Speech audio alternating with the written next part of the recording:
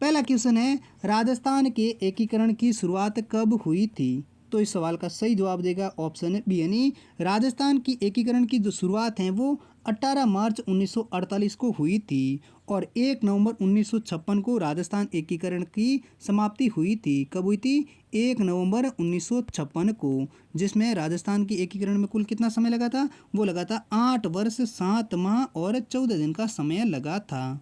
और राजस्थान का एकीकरण है वो 7 चरणों में पूरा हुआ था। कितने चरणों में? 7 चरणों में, जो 18 मार्च से शुरू होकर 1 नवंबर 1956 तक चला था। नेक्स्ट अगला दूसरा क्वेश्चन है G7 समूह ने गरीब देशों के लिए कितने बिलियन अमेरिकी डॉलर के वैश्विक बुनियादी ढांचा कार्यक्रमों की घोषणा की है? तो इस सवाल का सही जवाब देगा ऑप्शन बी यानी G7 हैं जिन्होंने गरीब देशों के लिए 600 बिलियन अमेरिकी डॉलर के वैश्विक बुनियादी ढांचा कार्यक्रमों को की घोषणा की है। कितने रुपए की? 600 बिलियन अमेरिकी डॉलर की। और G7 एक अंतर सरकारी राजनीतिक मंच है जिसमें France, Canada, Germany, Japan, Italy, America और यूनाइटेड किंगडम जैसे देश शामिल हैं। अगला नेक्स्ट तीसरा क्वेश्चन है कजली तीज के दिन बालिकाएं एवं सुहागिनें किस वृक्ष की पूजा करती हैं? तो इस सवाल का सही जवाब देगा ऑप्शन ए यानी कजली तीज के दिन बालिकाएं एवं सुहागिनें महिलाएं हैं जो पीपल वृक्ष की पूजा करती हैं। और दोस्तों आपको बता दें कि कजली तीज को चातुड़ी तीज, बूढ़ी तीज, बड़ी तीज भी कहा जाता है, जो भाद्रपद कृष्ण तृतीया को ये कजली तीज आती हैं। कब आती हैं? भाद्रपद कृष्ण तृतीया को ये कजली तीज आती हैं। और इसी दिन एक बूंदी जिले में एक विशाल मेला भी लगता है। कजली तीज का कहाँ पर मेला लगता है? तो बूंदी जिले में ये मेला लगता है। और कजली तीज के दिन बालिकाएं और महिलाएं हैं जो पीपल वृक्ष की पूजा करती हैं। अगला नेक्स्ट चौथा क्वेश्चन है केंद्र सरकार ने रिसर्च एंड एनालिसिस विंग यानी रॉ प्रमुख सामंत गोयल का कार्यकाल कितने साल के लिए बढ़ा दिया है? तो इस सवाल का सही जवाब देगा ऑप्शन सी यानी केंद्र सरकार है जिन्होंने हाल ही में रिसर्च एंड एनालिसिस विंग यानी रॉ प्रमुख सामंत गोयल का कार्यकाल है वो 1 साल के लिए बढ़ा दिया है। अब सामंत गोयल हैं वो रॉ के अध्यक्ष के तौर पर 30 जून 2023 तक इस पद पर बने रहेंगे। कब तक? 30 जून 2023 तक। कौन? सामंत गोयल जो रॉ के अध्यक्ष हैं। नेक्स्ट अगला पांचवा क्वेश्चन है विश्व बैंक ने कितने राज्यों की सड़क सुरक्षा हेतु भारत राज्य सहायता कार्यक्रम के लिए 250 मिलियन अमेरिकी डॉलर के ऋण को मंजूरी दी है? तो इस सवाल का सही जवाब देगा ऑप्शन सी यानी विश्व बैंक है जिन्होंने भारत के 7 राज्यों की सड़क सुरक्षा हेतु भारत राज्य सहायता कार्यक्रम के लिए 250 यानी 250 मिलियन अमेरिकी डॉलर के ऋण को मंजूरी दी है। किसने दी है? विश्व बैंक ने। और कितने रुपए? 250 मिलियन अमेरिकी डॉलर के। और कितने राज्यों के लिए? 7 राज्यों के लिए सड़क सुरक्षा हेतु। अगला नेक्स्ट छठा क्वेश्चन है संयुक्त राजस्थान को वृत्त राजस्थान कब बनाया गया था? तो इस सवाल का सही जवाब देगा ऑप्शन सी यानी 30 मार्च 1949 को संयुक्त राजस्थान को वृत्त राजस्थान बनाया गया था। और 30 मार्च 1949 से ही हर साल अब 30 मार्च को राजस्थान दिवस भी मनाया जाता है। नेक्स्ट अगला 7वां क्वेश्चन है महाराष्ट्र के औरंगाबाद जिले का नाम बदलकर क्या रखा गया है? तो इस सवाल का सही जवाब देगा ऑप्शन बी यानी हाल ही में महाराष्ट्र के औरंगाबाद जिले का नाम बदलकर संभाजी नगर कर दिया गया है। अगला नेक्स्ट 8वां क्वेश्चन है राजस्थान के पर्यटन विभाग द्वारा ऊंट महोत्सव कहाँ आयोजित किया जाता है? तो इस सवाल का सही जवाब देगा ऑप्शन ए यानी राजस्थान के बीकानेर जिले में राजस्थान के पर्यटन विभाग द्वारा हर साल ऊंट महोत्सव का आयोजित किया जाता है। किस जिले में ऊंट महोत्सव? बीकानेर जिले में। अगला नेक्स्ट 9वां क्वेश्चन है मुख्यमंत्री ने बाढ़ पीड़ितों को के निमित्त अनाज और कपड़े बंटवाए वाक्य में प्रयुक्त कारक कौन सा है? तो इस सवाल का सही जवाब देगा ऑप्शन सी यानी मुख्यमंत्री ने बाढ़ पीड़ितों के निमित्त अनाज और कपड़े बंटाए। इसमें कारक हैं वो संप्रदान कारक हैं। अगला नेक्स्ट 10वां क्वेश्चन है निम्नलिखित में से किस विकल्प में एक वचन बहुवचन युग्म अशुद्ध हैं? तो इस सवाल का सही जवाब देगा ऑप्शन बी यानी खुरपी और खुरपियाँ हैं जिसमें एक विकल्प हैं जो एक वचन और बहुवचन विकल्प है वो अशुद्ध हैं। अगला नेक्स्ट 11वां क्वेश्चन है किलत शब्द हैं। तो इस सवाल का सही जवाब देगा ऑप्शन सी यानी किलत शब्द हैं जो एक स्त्रीलिंग शब्द हैं। नेक्स्ट अगला 12वां क्वेश्चन है राष्ट्रीय बाल अधिकार संरक्षण आयोग में अध्यक्ष के अतिरिक्त कितने सदस्य होते हैं। तो इस सवाल का सही जवाब देगा ऑप्शन बी यानी राष्ट्रीय बाल अधिकार संरक्षण आयोग में अध्यक्ष के अलावा 6 अतिरिक्त सदस्य होते हैं। 6 अध्यक्ष में से जिसमें से 2 महिलाओं का होना आवश्यक है और इनका कार्यकाल है वो 3 वर्ष के लिए होता है। किनका? राष्ट्रीय बाल अधिकार संरक्षण आयोग में अध्यक्ष के अतिरिक्त जो सदस्य होते हैं जिनका कितना कार्यकाल होता है 3 वर्ष के लिए और अतिरिक्त कितने सदस्य होते हैं 6 होते हैं जिसमें 2 महिलाओं सदस्य होना आवश्यक हैं। अगला नेक्स्ट 13वां क्वेश्चन है हाल ही में कौन federation of international cricketers association की पहली महिला अध्यक्ष बनी हैं। तो इस सवाल का सही जवाब देगा ऑप्शन ए यानी ऑस्ट्रेलियाई क्रिकेटर लिसा स्टार्लेकर हैं जो federation of international cricket association की पहली महिला अध्यक्ष बनी हैं। कौन? लिसा स्टार्लेकर जो ऑस्ट्रेलिया की महान महिला क्रिकेटर हैं और जिनका जन्म है वो 13 अगस्त 1980 को भारत के महाराष्ट्र राज्य के पुणे शहर में हुआ था।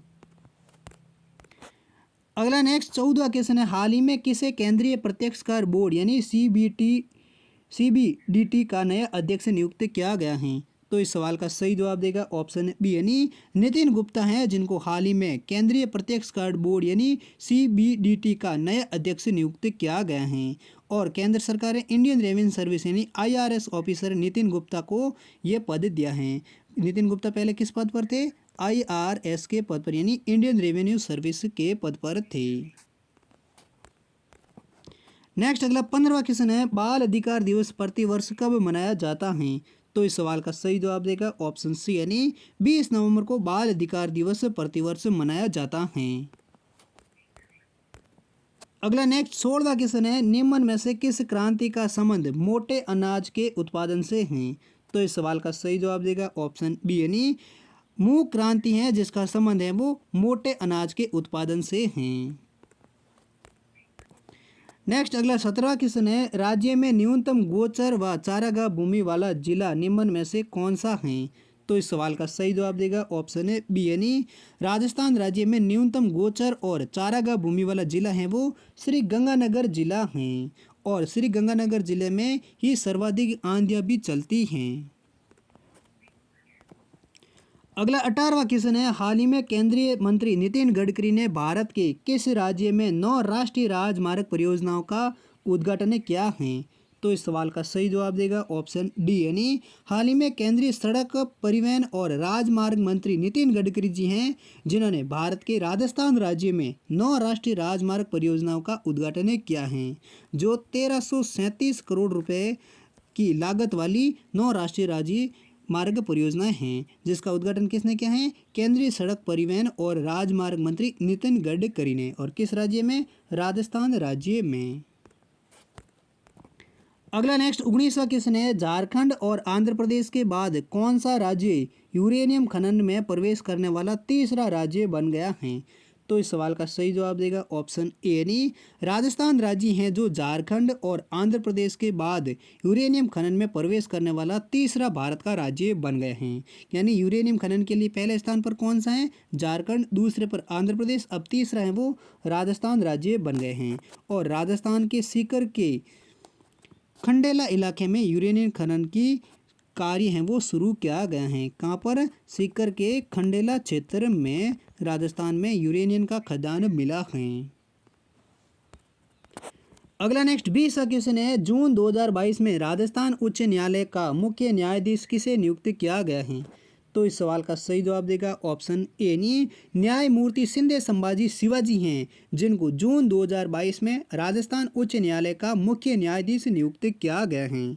और दोस्तों संविधान के अनुच्छेद 217 में कहा गया है कि उच्च न्यायालय की नियुक्ति है वो न्यायाधीशों की वो राष्ट्रपति द्वारा भारत के मुख्य न्यायाधीश तथा संबंधित राज्य के राज्यपाल की परामर्श से ही इनकी नियुक्ति की जाएगी। किसके द्वारा? राष्ट्रपति के द्वारा। और राष्ट्रपति है वो भारत के जो प्रमुख न्यायाधीश होता है उनकी और उनके राज्य की राज्यपालों की सलाह से ही किसी राज्य के न्यायाधीश की नियुक्ति करता है। अगला नेक्स्ट 21वां क्वेश्चन है, छोटो बच्चों को कहानी सुनाने से। तो इस सवाल का सही जवाब देगा ऑप्शन ए नहीं, यानी छोटे बच्चों को कहानी सुनाने से बच्चों की कल्पना शक्ति एवं चिंतन शक्ति का विकास होता है। क्या होता है बच्चों को कहानी सुनाने से? छोटे बच्चों की कल्पना शक्ति और चिंतन शक्ति का विकास होता है। अगला नेक्स्ट 22वां क्वेश्चन है, प्रसिद्ध डूंगरसाई ओढ़नी कहाँ की है। तो इस सवाल का सही जवाब देगा ऑप्शन ए नहीं, प्रसिद्ध डूंगरसाई ओढ़नी है वो राजस्थान के जोधपुर जिले की प्रसिद्ध हैं। अगला नेक्स्ट 23वां क्वेश्चन है, किस जिले में स्थित मियाँ का बाड़ा रेलवे स्टेशन जिसका नाम हाल ही में महेश नगर कर दिया है। तो इस सवाल का सही जवाब देगा ऑप्शन डी यानी बाड़मेर जिले में स्थित मियाँ का बाड़ा रेलवे स्टेशन है जिसका हाल ही में नाम बदलकर महेश नगर हॉल टिकट कर दिया गया है। क्या कर दिया है? महेश नगर हॉल टिकट, जो किस जिले में स्थित हैं? वो हैं बाड़मेर जिले में स्थित हैं, जिसका पुराना नाम है मियाँ का बाड़ा रेलवे स्टेशन।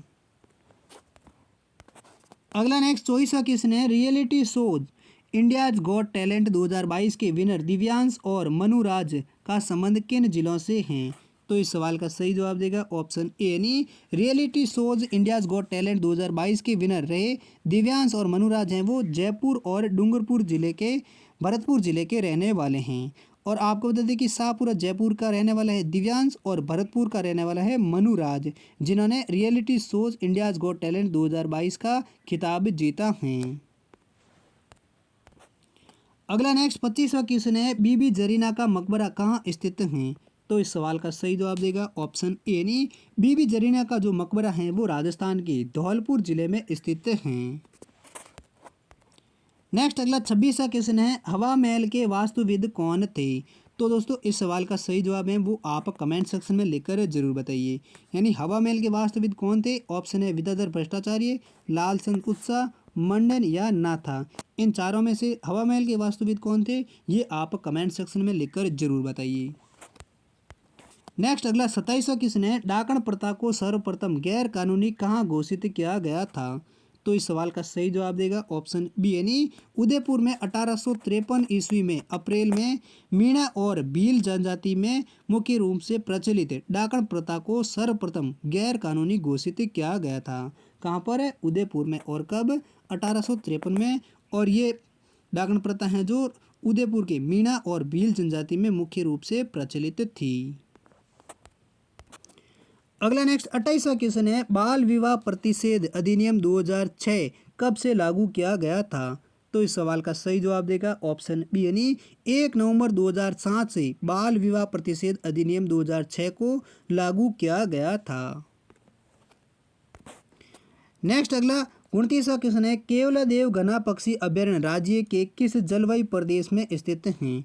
तो इस सवाल का सही जवाब देगा ऑप्शन डी यानी केवलादेव घना पक्षी अभ्यारण्य है जो राज्य के आर्द्र जलवायु प्रदेश में स्थित हैं।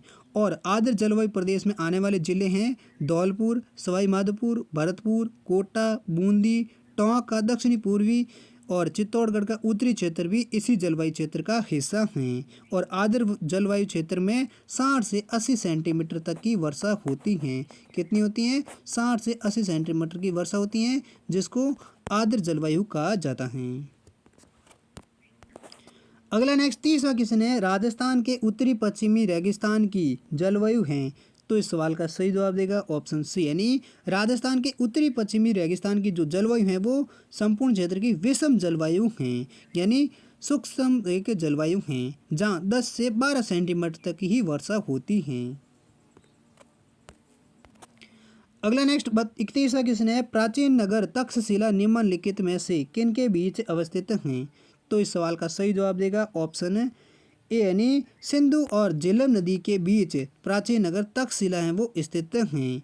और प्राचीन नगर तक्षशिला सिंधु और झेलम के बीच स्थित है। सिंधु नदी है वो तिब्बत के मानसरोवर के निकट चीन काबाऊ ग्लेशियर से निकलती हैं और भारत में लेह में प्रवेश करती हैं, फिर पाकिस्तान में तथा वहाँ से अरब सागर में गिर जाती हैं। कौन सी नदी? सिंधु नदी। और सिंधु और झेलम के बीच प्राचीन नगर तक्षशिला स्थित हैं।